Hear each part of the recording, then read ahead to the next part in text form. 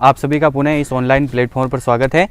आज हम एक नई क्लास जो है आपके काइनेटिक थ्योरी एंड थर्मोडायनेमिक्स का पार्ट नंबर 26 लेकर आए, जो आपके बीएससी सेकेंड ईयर और बीएससी बीएड सेकेंड ईयर में चलती है।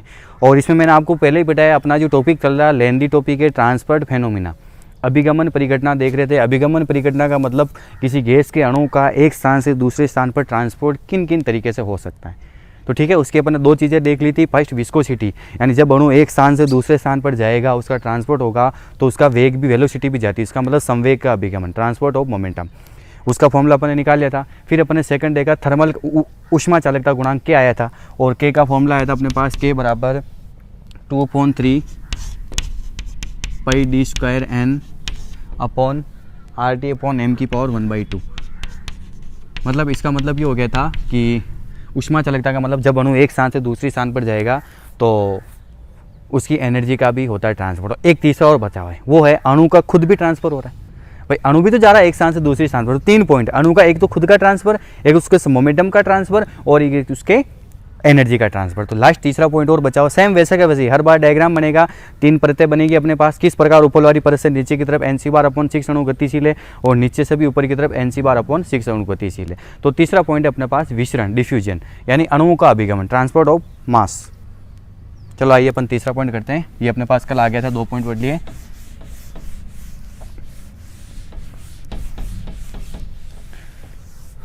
थर्ड पॉइंट हो जाएगा आपका विसरण, जिसमें अणुओं का अभिगमन, विसरण,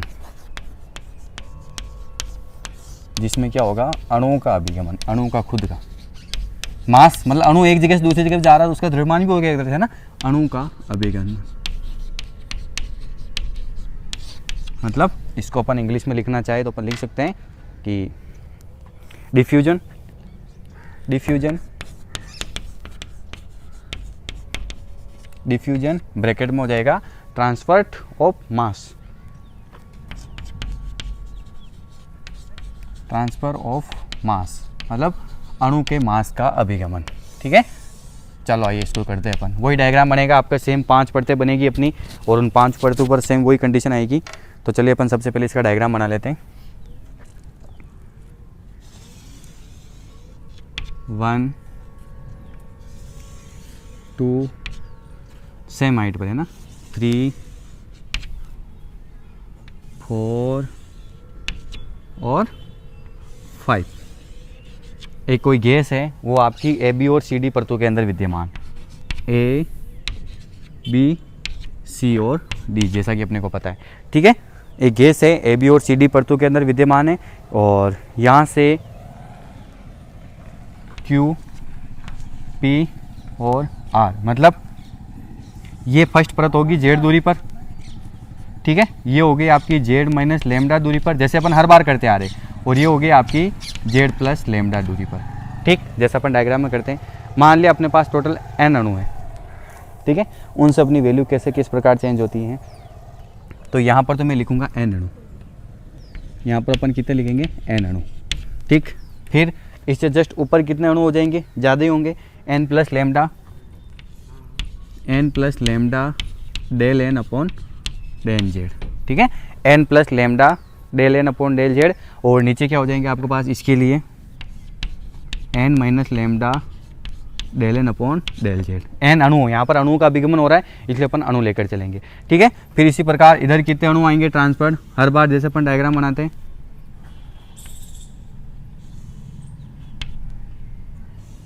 वही सेम nc/6 अणु। ये एक बार अपने देख लिया था, विस्कोसिटी के अंदर अपना लंबा चलाता है ना, बाकी सारे कैसा है बस वो की वही सारी चीज़ें। इसी प्रकार आर से क्यू की तरफ पार करने वाले अणु कितने हो जाएंगे, कितने अणु इसको इधर की तरफ पार कर सकते हैं, वो भी सेम चीज़ है, nc/6 अणु, nc/6 अणु। ठीक है, बस ये आपका डायग्राम पूरा कंप्लीट है। अब आइए अपन जैसे जैसे डायग्राम बनाए वैसे अपन अब इसको पॉइंट को करते जाते हैं। अणु का एक पृष्ठ से दूसरे पृष्ठ की ओर अनियमित गति, अणु का एक पृष्ठ से दूसरे पृष्ठ की ओर, एक पृष्ठ से दूसरे पृष्ठ की ओर अनियमित गति क्या कहलाती है? विसरण कहलाती है। डिफ्यूजन की परिभाषा ये भी लिख सकते हैं, अनियमित गति विसरण कहलाती है। Is it clear? अणु का एक पृष्ठ से दूसरे पृष्ठ की ओर अभिगमन ही क्या कहलाता है? विसरण कहलाती है। और ये घटना अणु की संख्या पर डिपेंड करती है। ये घटना किस पर डिपेंड करती है? अणु की संख्या पर। ये घटना पूरी की पूरी आपको थ्योरी ऐसे कैसे लिखनी, ध्यान रखिएगा। जो मैं पॉइंट लिखाता हूँ थ्योरी के, आपको वैसे का वैसे ही बनाना है, ठीक है। ये घटना अणु की संख्या पर निर्भर करती है। अणु के कितना नंबर है उसके ऊपर डिपेंड करेगी, ठीक है। आगे ये अपन ने लिख दिया कि विसरण कैसे कहेंगे कि अणु का एक पृष्ठ से, इस पृष्ठ से इधर की ओर गतिशील है, इस पृष्ठ से इधर की ओर गतिशील, एक पृष्ठ से दूसरे पृष्ठ की ओर अभिगमन ट्रांसपोर्ट ही क्या कहलाते हैं? विसरण कहलाता है। और ये किस पर डिपेंड करती है? अणु की संख्या पर निर्भर करती है, ठीक है। अब वापस वही, माना एक पात्र में गैस भरी हुई है, माना एक पात्र में क्या है? गैस भरी हुई है, जैसा कि अपने को दिख रहा है सामने, ये इस पेड़ के बीच में है ना। माना पात्र में गैस भरी हुई है जो अणु का मिश्रण है। गैस एक प्रकार से क्या है? अणु का ही मिश्रण होता है, जो अणु का मिश्रण है। बहुत सारे अणु मिलकर एक गैस का निर्माण करते हैं ना, जो क्या है? अणु का मिश्रण है। वापस आगे चलिए आप, यदि गैस में यदि जेड दिशा में अणु की जेड दिशा में अणु की सांद्र प्रवणता है ना, del N upon del Z हो, अणु की गैस में जेड दिशा में, यदि लिखने की जरूरत नहीं है ना, गैस में जेड दिशा में अणु की सांद्रता, अणु की सांद्र प्रवणता क्या होगी? Del N upon del Z. ये ना एन अणु है, उसकी ग्रेडियंट क्या हो जाएगी? जेड दिशा में del N upon del Z. ये अपन लिखते हैं, हर बार अपन लिखते आ रहे हैं। Del T upon del Z ताप के लिए लिखा, और उससे पहले वेग के लिए लिखा अपन ने del V upon del Z. ये तीनों मान, हर बार देखो ये वैल्यू आपकी चेंज होती गई। उष्मा ताप के लिए del T upon del Z, विसरण निकाला था वेग के लिए del V upon del Z, और अणु की सांद्र प्रवणता क्या होगी? Del N upon del Z, ठीक है। अब आगे चलिए आप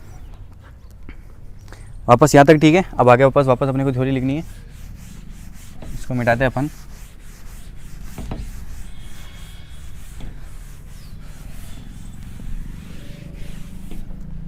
आगे अपन लिखेंगे कि माना जेड दिशा में कोई परत क्यू है, माना जेड दिशा में कोई परत कौन सी है? क्यू है। माना जेड दिशा में कोई परत, माना जेड दिशा में कोई परत क्यू है जहां अणु का संख्या घनत्व कितना है? एन। जहां अणु का संख्या घनत्व कितना है? एन है। दे रखा अपन है जेड दिशा में अणु का संख्या घनत्व कितना हो गया? एन हो गया। वापस आगे चलिए, तल क्यू के ऊपर व नीचे दो परतें पी व आर। परत क्यू के ऊपर व नीचे दो परतें पी व आर। क्यू के ऊपर कौन सी होगी? पी, और इसके नीचे कौन सी होगी? आर होगी। ऊपर व नीचे दो परतें पी व आर, पी व आर में जहाँ संख्या घनत्व क्रम से, पी व आर में जहाँ संख्या घनत्व क्रमशः क्या हो गया? ऊपर तो पी पर तो हो गया एन प्लस एन, संख्या घनत्व से चेंज होगा वापस, N plus lambda del N upon del Z व N minus lambda del N upon del Z. एक जगह ये हो गया और एक जगह ये हो गया, ठीक है। फिर वापस वही, हम जानते हैं वी नो डेट, हम जानते हैं कि परत क्यू को दोनों ओर से पार करने वाले अणुओं की संख्या, हम जानते हैं परत क्यू को दोनों ओर से पार करने वाले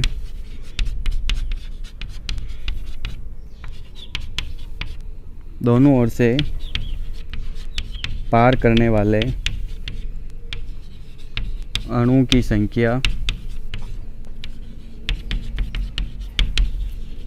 कितनी होती है, Nc/6।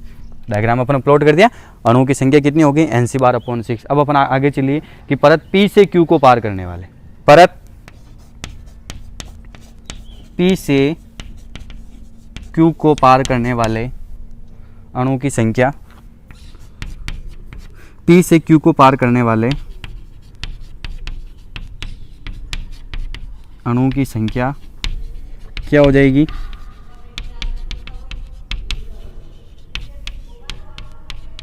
One upon six N.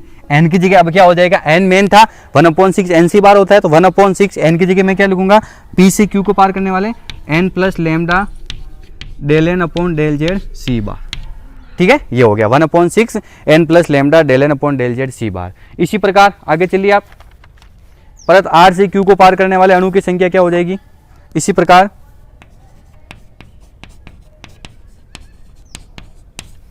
परत R से Q को पार करने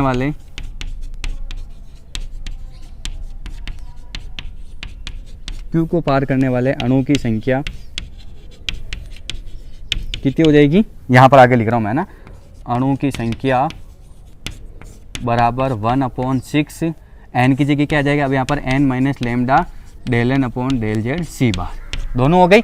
अब अपन देखें नेट अणु का अभिगमन क्या हो जाएगा, तो अपन इसमें से हमेशा इसको माइनस करते हैं ना, मतलब हमेशा ये परत ऊपर की ओर बढ़ रही, ये नीचे की ओर आ रही थी, इस मान से अपन इसको क्या कर देते हैं, माइनस कर देते हैं। तो P से Q को, परत P से Q को पार करने वाले अणु की संख्या 1/6 n की जगह क्या आ गई, n plus lambda del N upon del Z C bar. और इसी प्रकार परत R से Q को पार करने वाले अणुओं की संख्या 1/6 n minus lambda del N upon del Z C bar. अब डायग्राम की भी जरूरत नहीं, थ्योरी पूरी होगी। अब अपन इसका फॉर्मूला निकालते हैं। अब अपने पास हो जाएगा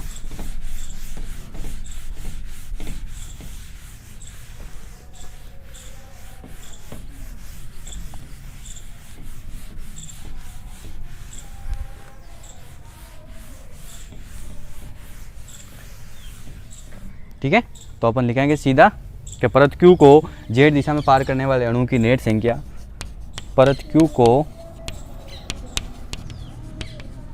Z दिशा में पार करने वाले अणु की नेट संख्या कितनी हो जाएगी एग्जैक्ट। अब अपने पास Jn बराबर, हर बार अपन Jn लिखते हुए आ रहे, ठीक है, तो Jn बराबर 1/6 n minus lambda del N upon del Z C bar, minus इसमें से अपने को माइनस क्या करना है, कोई चीज़ वापस,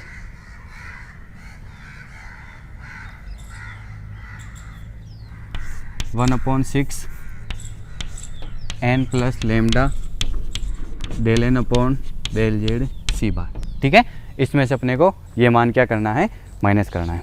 लिख लिया अपन ने 1/6 n plus lambda del N upon del Z C bar. अब आप आइए इसको सोल्व कीजिए। आप जब आप इसको सोल्व करोगे तो आपके पास इक्वेशन आ जाएगी। एक बार तो ये हो जाएगा कि 1/6 n सी बार, और एक बार क्या हो जाएगा minus 1/6 lambda C bar del N upon del Z. ठीक है, माइनस ये क्या हो जाएगा आपका 1/6 n सी बार और minus 1/6 lambda C bar del N upon del Z. दोनों मान को अपन ने क्या कर लिया, यहाँ पर मल्टीप्लाई कर लिया। ठीक है, अब आप आगे देखिएगा, जो मान कटता है उसको अपन क्या करते हैं, यहाँ पर काट देते हैं। तो कौन सा क्या मान कटेगा, ये मान से आपका ये मान कट गया, और ये दोनों सेम है तो आपके पास ऐड होकर कितना हो जाएगा, minus 2/6 lambda C bar del N upon del Z, या यूँ कहे तो जे एन बराबर minus 1/3 lambda C bar del N upon del Z. Equation number first. यहाँ तक कोई दिक्कत हो तो बोलिएगा आप। पॉइंट टू पॉइंट अपन ने सॉल्यूशन किया, अपने पास ये समीकरण आ गई। अब अपन ने जो फिक्स का नियम पढ़ा था उसके अनुसार क्या होता है, तो वहाँ से अपने पास डायरेक्ट वैल्यू आ जाएगी, परंतु फिक्स के नियमानुसार अपन लिख सकते हैं। परंतु फिक्स पीछे पढ़ा था ना, फिक्स के नियमानुसार पीछे आया हो अपने पास फॉर्मूला, क्या फॉर्मूला था कि जो आपका Jn है वो बराबर होता है minus D del N upon del Z, समीकरण नंबर 2। देखिएगा तीनों टॉपिक में अपन ने क्या किया, पहले मैंने उनको शॉर्ट में भी मैंने आपको पढ़ाया हुआ है कि अभिगमन परिघटना किसे कहते हैं, उसके शॉर्ट तीनों पार्ट मैंने आपको पढ़ाए थे, ठीक है। फर्स्ट विस्कोसिटी, सेकंड उष्मा चालन और थर्ड आया आपका जो ये था विचरण। तीनों पॉइंट है, वहाँ भी अपने पास फॉर्मूला आया हुआ है और यहाँ भी अपन फॉर्मूले को जब सोल्व करें तो इसका मिलान करें। हर बार ऐसे कैसे करते हैं, जब अपन इसका इससे मिलान करेंगे फर्स्ट वे दो की तुलना करने पर समीकरण, फर्स्ट वे दो की तुलना कीजिए आप, comparison between equation first and second, तो अपने पास फाइनली कितना आ गया, d बराबर 1/3 लैम्डा सी बार। ये आता अपने पास d बराबर 1/3 लैम्डा सी बार। एक तो अपने पास ये फॉर्मूला आ जाता है, d बराबर आपके पास क्या हो गया 1/3 लैम्डा सी बार, ठीक है। अब अपन क्या करते हैं, इसमें लैम्डा और सी बार दोनों का मान रखकर इस फॉर्मूले को अपन क्या करते हैं, वापस चेंज करते हैं। तो चलो आइए अपन इस फॉर्मूले को वापस चेंज करेंगे। तो अपने पास फाइनली एग्जैक्ट फॉर्मूला है। यहाँ तक कोई दिक्कत हो तो बता दीजिए कैसे अपन ने किस प्रकार चेंज किया, अपने पास ये फॉर्मूला आ जाता है। आगे चलिए, अपने पास जो फॉर्मूला आया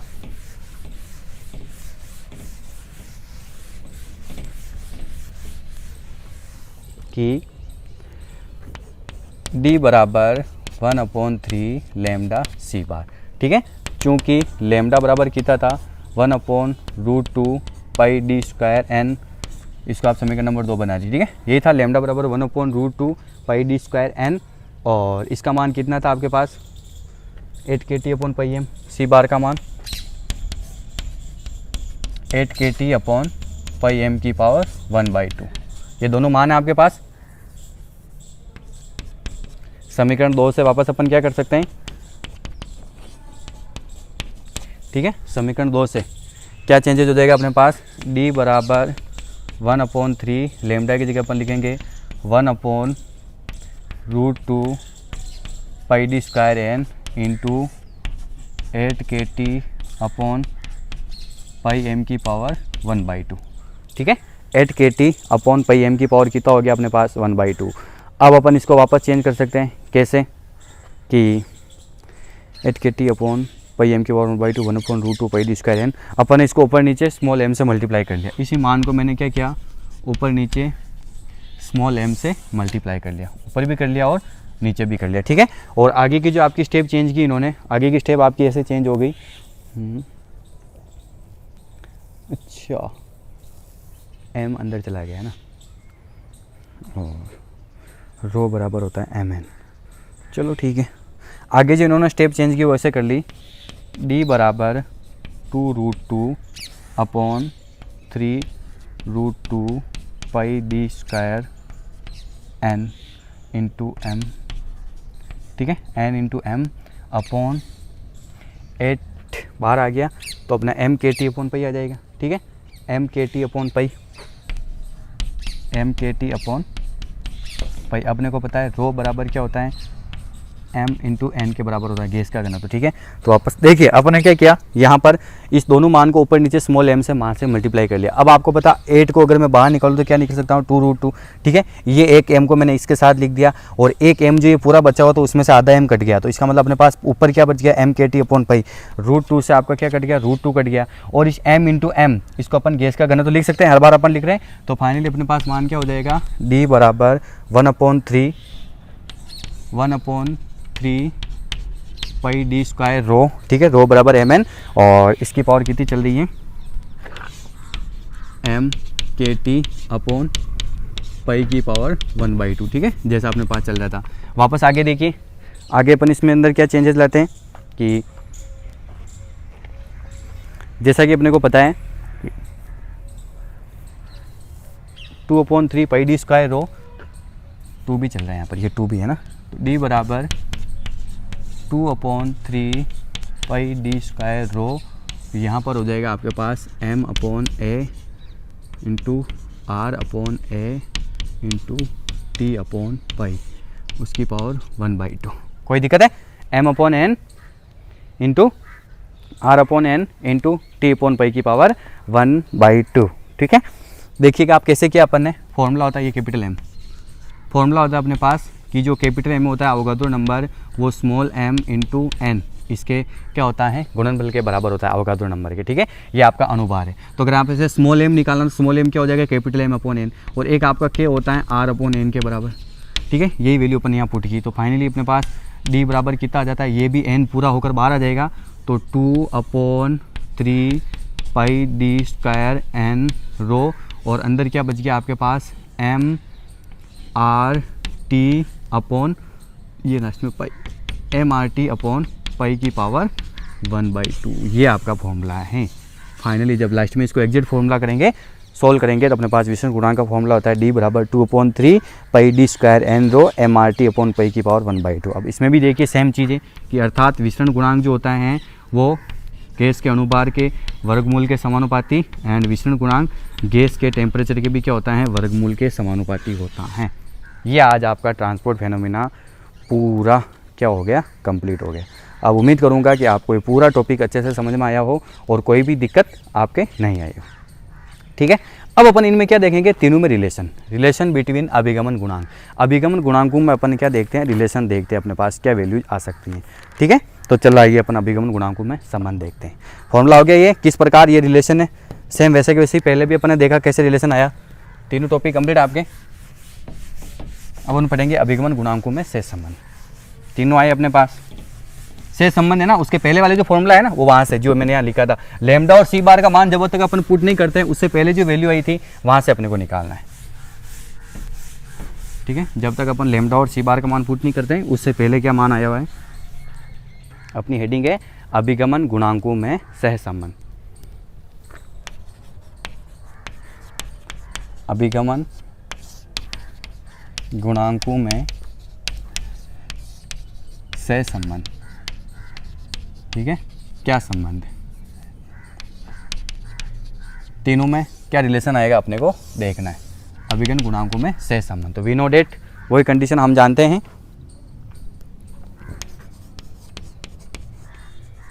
वी नो डेट अपने पास आया हुआ है तीनों संबंध, नीटा बराबर 1/3 M N C bar lambda, ये आया हुआ अपने पास नीटा बराबर 1/3 M N C bar lambda, और के बराबर आया अपने पास 1/3 M N 1/3 M N C bar C V lambda, C bar C V lambda, और डी बराबर अभी अपने पास आया 1/3 लैम्डा सी बार। ये तीनों फॉर्मूला अपने पास आया हो। ठीक है, या आप चाहो तो इसको और कैसे लिख सकते हो, 1/3 rho C bar lambda, M N को अपन रो लिख सकते हैं, या इसी प्रकार 1/3 rho C bar C V lambda, equation number first, और ये होगी आपकी इक्वेशन नंबर सेकंड, और ये होगी आपकी equation number third.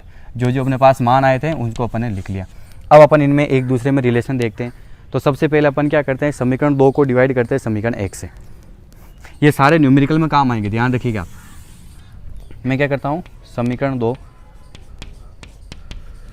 Divide by समीकरण 1 कीजिए आप।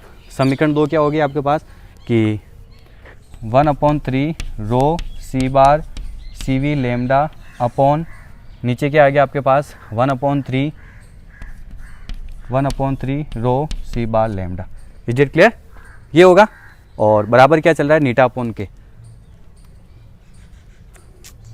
थोड़ा इसको सही से नहीं लिखा, इसको ऐसे लिखना 2 डिवाइड बाई, तो के अपॉन नीटा बराबर 1/3 rho C bar C V lambda upon 1/3 rho C bar lambda. ध्यान रखिएगा, न्यूमेरिकल जब भी पूछेंगे ये तीनों रिलेशन आपको दिमाग में होना चाहिए, यहीं से न्यूमेरिकल आपको सोल्व करना है। लेकिन जब बड़ा क्वेश्चन पूछते हैं ना, तब अपन इनमें क्या कर रहे हैं, लैम्डा और सी बार का मान पुट करके इस फॉर्मूले को बड़ा कर रहे हैं। ठीक है, तो वो आपको कब करना है, जब आपको क्वेश्चन डिपेंड करेगा। न्यूमेरिकल में तो ये चीज़ आएगी, लेकिन आपको ज़्यादातर क्या करते हैं, इसके ऊपर बड़ा क्वेश्चन ही पूछा जाता है, तो आपको वो बड़ा क्वेश्चन इसी प्रकार सोल्व करना है। ठीक है, ये चीज़ ध्यान रखिएगा आप, ये स्मॉल सी यहाँ पर।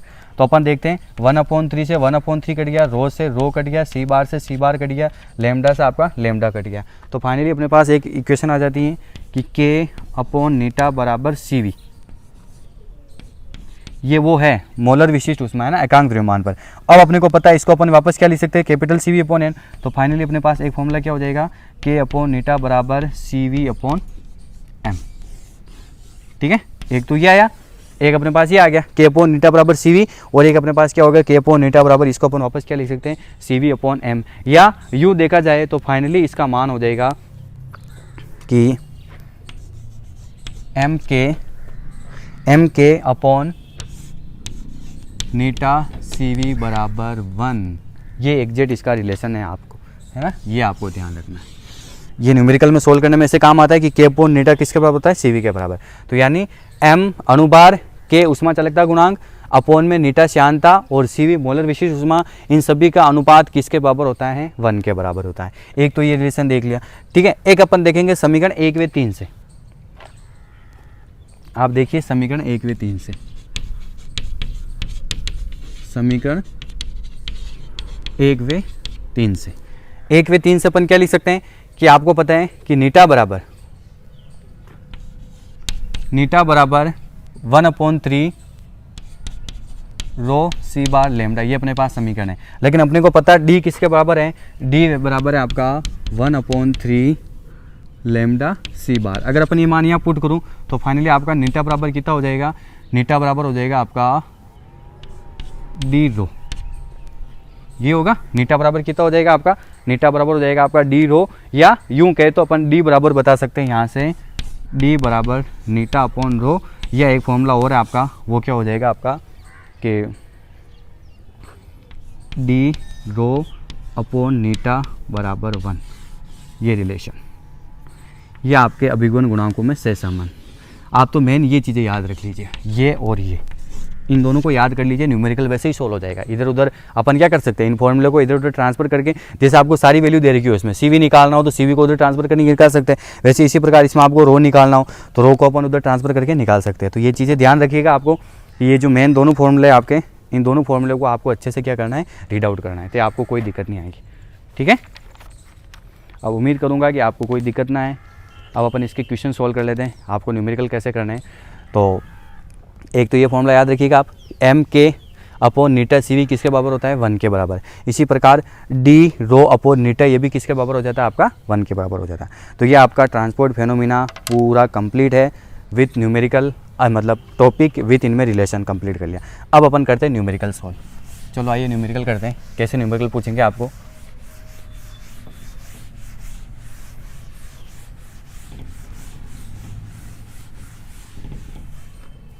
न्यूमेरिकल है जैसे कि ऑक्सीजन गैस की श्यानता गुणांक का परिकलन कीजिए।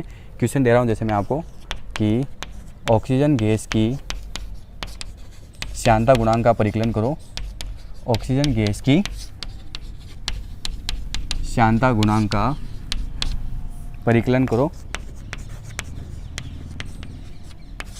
ऑक्सीजन गैस की श्यानता गुणांक का परिकलन करो। अब आपको क्या क्या चीज़ दे रखी है आपको, यदि उसकी ऊष्मा चालकता, यदि उसकी थर्मल कंडक्टिविटी, ऊष्मा चालकता आपको कितनी देर की, यदि उसकी ऊष्मा चालकता का मान दे रखा आपको 24 × 10⁻³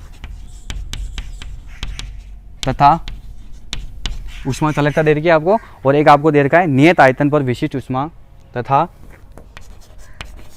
नियत आयतन पर